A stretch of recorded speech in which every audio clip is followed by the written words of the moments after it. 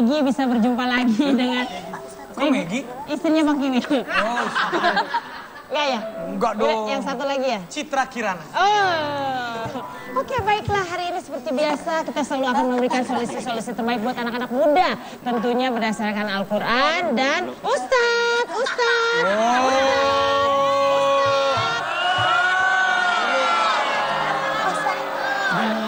Orang lagi ngobrol Lagi nanya kan namanya ketemu Ustadz Syam. Curhat sama Ustadz Syam. Ini lagi talk show nih. Curhat tinggal dengerin. curhat, baju kita udah senada, kenapa Oke, ngobrol iya. sama yang itu? Ayo Ustadz, Siap. fokus. Oke.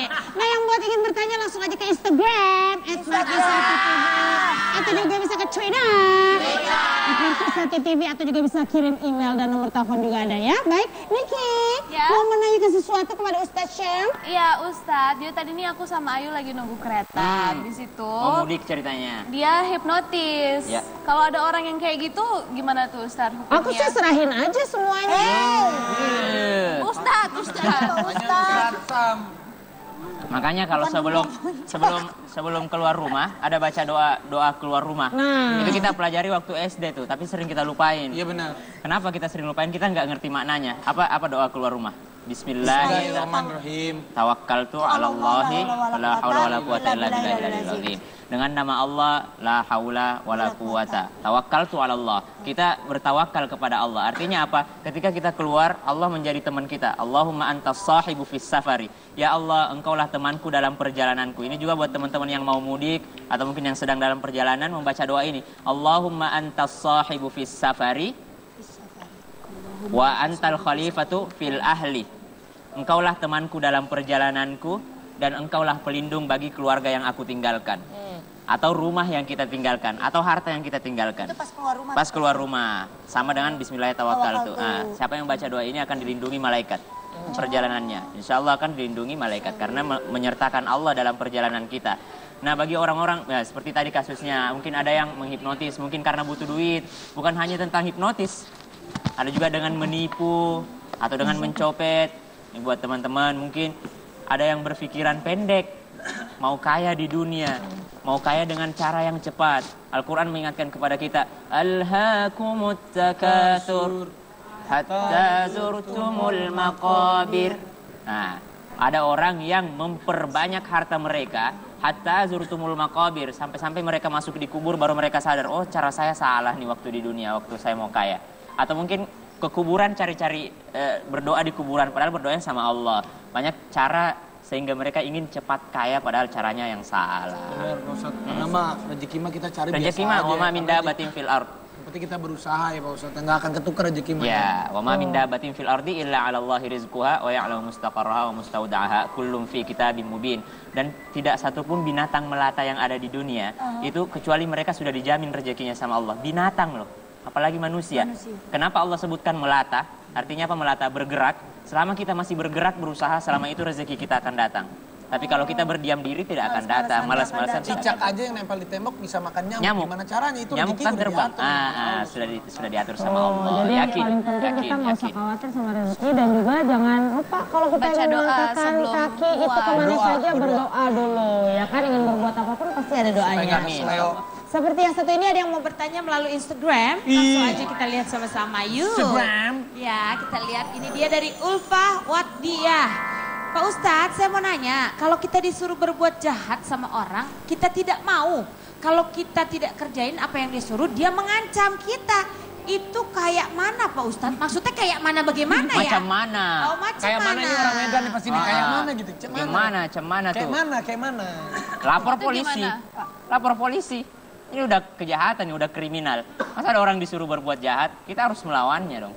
Masa kita Jangan mau ya, Pak jangan Ustadz. mau. Masa kita mau disuruh-suruh yang seperti itu. Amar ma'ruf nahi mungkar, memerintahkan kepada yang kebaikan dan mencegah kepada kemungkaran. Kalau kita ikutin dia, berarti kita termasuk orang yang bersekongkol dalam kejahatan tersebut. Kenapa mau gitu loh? Saya cuman pesuruh. Masih banyak kok perintah lain. Giliran disuruh Allah males. Giliran Disuruh disuruh orang ber- mau. Disuruh Iya, orang disuruh mau, padahal orang berbuat nggak jahat. takut. Ya boleh. Iya Yang kan? seperti ini ya lapor polisi mestinya. Jangan lapor Pak Ustadz, lapor polisi. Karena ini udah kriminal. Iya, Lapor betul. Pak RT, Pak RW kali ya. Oh, itu. Tama-tama. Oh iya. Ayo. Depok nanya, Depok. Pak Ustadz, kalau misalnya nih, Depok nanya. Depok nanya si Rapi mulutnya jahat banget. Pak Ustadz, saya pengen nanya. Tanya Ustaz Syam.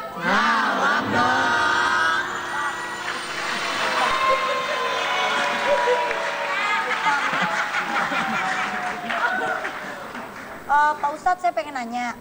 Kalau misalnya kita cerita sama teman kita, terus teman kita tuh lemes. Nih contohnya kayak di sebelah. Ini Kan kita. bukan di kita, sampingnya lagi tuh. Lu tuh jangan lemes, makanya lu jadi orang kalau orang cerita aja. Astagfirullahaladzim. Bener nih saya lemes. Oh iya maaf butok so.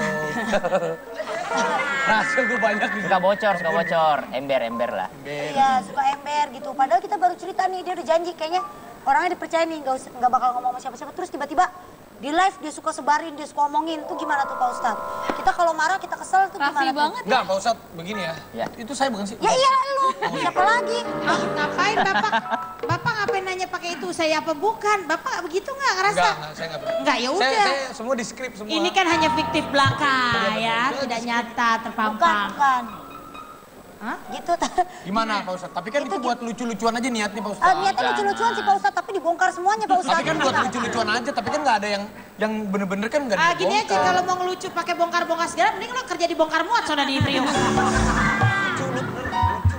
Allah Subhanahu wa taala ingatkan kita dalam Al-Qur'an, ya ayyuhalladzina amanu jtanibu katsiran minadh-dhann inna ba'dadh-dhanni itsmun wa la tajassasu wa la yaghtab ba'dukum ba'dha.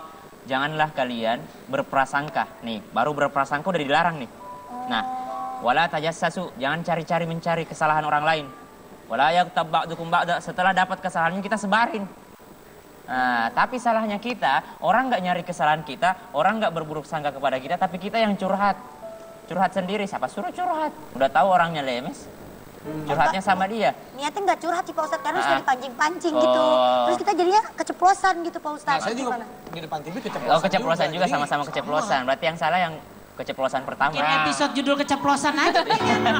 Oh, boleh, makanya dalam hal curhat ini harus boleh membeberkan rahasia, membeberkan aib kepada siapa? Kepada orang yang memberikan solusi. Nah, kedua kepada siapa? Kayak tadi saya cerita sama Pak Ustadz. Itu boleh bisa kan? memberikan solusi, curhat kepada siapa? Curhat yang memberikan solusi. Jangan curhatnya di media sosial yang tempatnya orang cuma Kadang-kadang di menghujat. media sosial kan, aduh aku atit gitu, sakit aja pakai foto, ya kan? Atau ditulis 3 rakaat dulu. Ya iyalah, sejak kapan maghrib 6 rakaat? Nah, Ada tuh yang mau sholat maghrib 3 rakaat dulu. Ya iyalah, siapa bilang 5 rakaat? Ya makanya curhatnya sama orang yang tepat, yang bisa memberikan solusi, bukan orang yang membeberkannya. Dan ketika kita membeberkannya, ingat, di hari kiamat ada orang-orang yang Allah tutupi keburukan mereka. Kita ini orang buruk misalnya, kita ini orang yang banyak dosa, kita banyak orang-orang yang banyak kekurangan, banyak aib.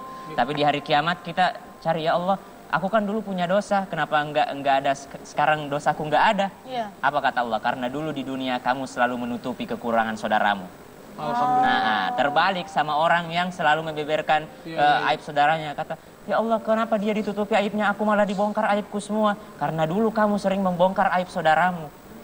Nah, artinya apa? Ini masalah membongkar-bongkar aib, membongkar rahasia orang lain harus kita takuti. Betapa malunya kita kalau Allah tidak tutupi.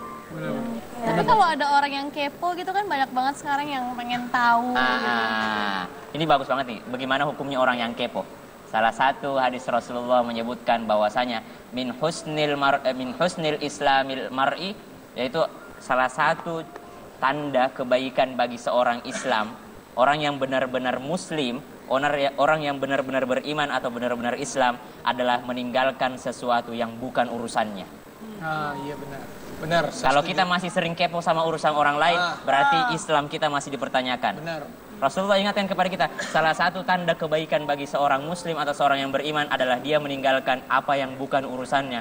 Ya Allah, urusan kita sendiri aja masih banyak banget. Banyak, betul. Ya Allah, introspeksi diri aja belum cukup-cukup. Betul. Kita tidak bisa mencapai yang namanya 90% kesempurnaan, tidak bisa. Ngapain kita mau ngurusin orang lain? Betul. Urusan orang lain kita kepoin, kita cari tahu, emang bisa menyelesaikan Lagi masalahnya? sampai cari-cari kesalahan orang. Apalagi sampai cari-cari kesalahan orang lain, sampai membongkar-bongkar kesalahan orang lain. Rasulullah ingatkan kita, salah satu kebaikan daripada orang muslim adalah dia meninggalkan sesuatu yang bukan urusannya. Dan juga dalam Al-Quran ingat, qad aflahal mu'minun alladzina hum fi salatihim khashi'un walladzina hum 'anil lagwi mu'ridun. Sungguh sukses seorang yang beriman. Yang seperti apa? Alladzina hum fi salatihim khashi'un, mereka khusyuk dalam salatnya. Tanda-tandanya orang yang khusyuk apa? Walladzina hum 'anil lagwi mu'ridun. Dia tidak melakukan perbuatan yang sia-sia, tidak kepoin urusan orang lain.